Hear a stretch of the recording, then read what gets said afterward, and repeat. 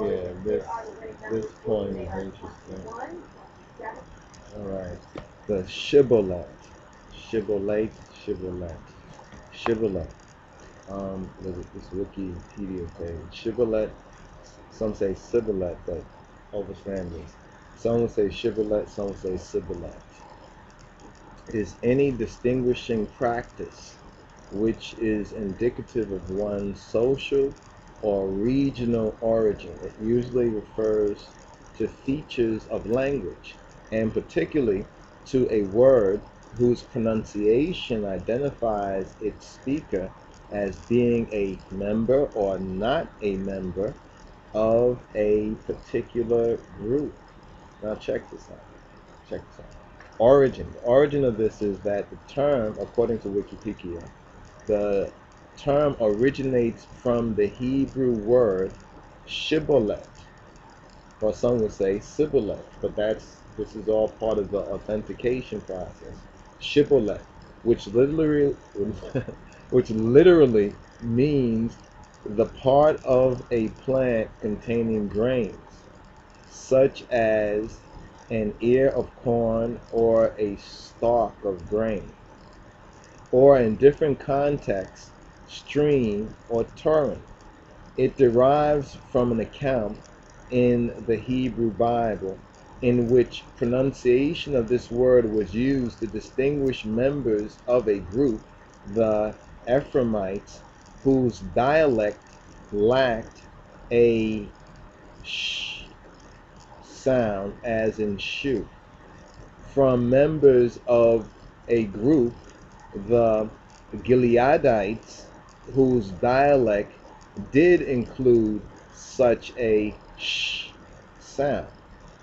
In the book of Judges, chapter 12, after the inhabitants of Gilead inflicted a military defeat upon the tribe of Ephraim around 1370 to 1070 BC, I guess the jury's still out on exactly when that occurred, the surviving Ephraimites tried to cross the river Jordan, or the Jordan River, back into their home territory, and the Gileadites secured the river foes to stop them.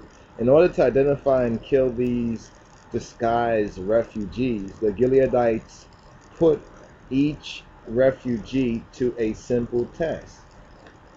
Now, according to the NJB Bible, it reads like this.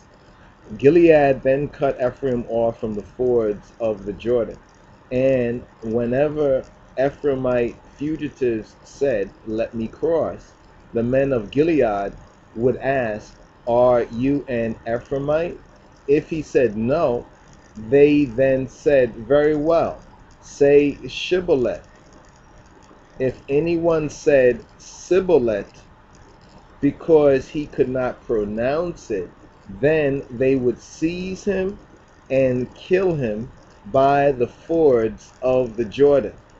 42,000 Ephraimites fell on this occasion, according to Judges chapter 12, verses 5 to 6. Now, Shibboleth has a modern usage as well.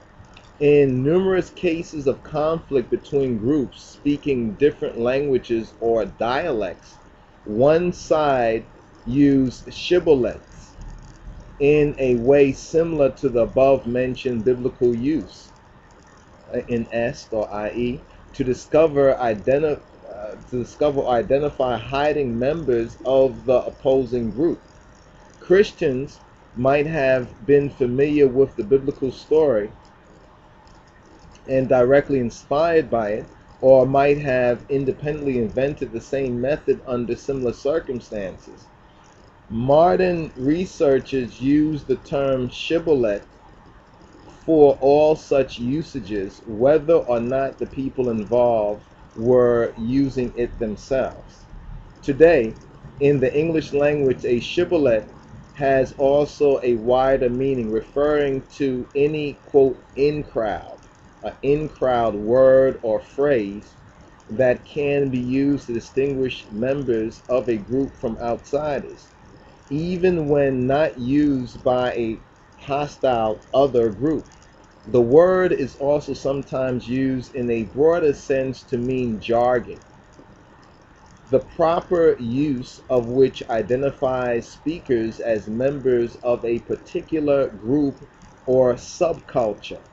For example, people who regularly use words like prun, is that prun or filk, in conversation are likely members of computer culture or science fiction fandom. See, I didn't even understand that right there.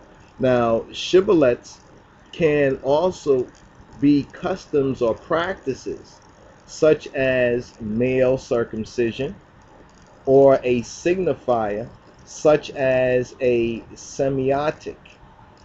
Now, cultural touchstones and shared experience can also be shibboleths of sort. For example, let me sound it. People about the same age tend to have the same memories of popular songs, television shows, and events from their formative years. Much the same is true of alumni of a particular school, veterans of military service, and other groups. Discussing such memories is a common way of bonding. In jokes can be a similar type of shared experience shibboleth.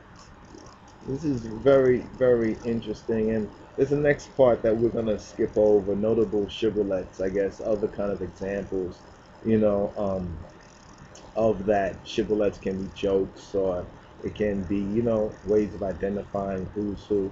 But I thought this was very, very interesting. In other words, it has to do with particular types of speech and linguistics, phonology, tongue twisters, the U and the non-U, or how a U is, pronounced. Like we was watching this program the other day, and they talked about Sun Tzu. Most people would say Sun Tzu, the art of war. Um, but actually, it was what is it? Sun Ji. Sun Ji. In other words, I think Sun Ji is close to, or closer to how the Chinese, or a Chinese speaker would most likely recognize or pronounce what we would call over here Sun Tzu, the book they call The Art of War.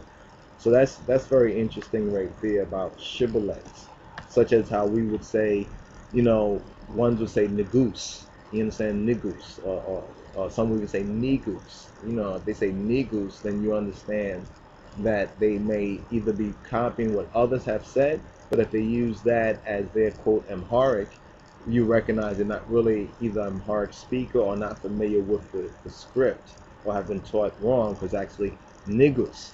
But now some of us would say actually negush, because we recognize is actually negusu she or negusu se, which would be she, and going back to the older Ethiopic or Ge'ez. Another type of shibboleth can be the use of Amhara.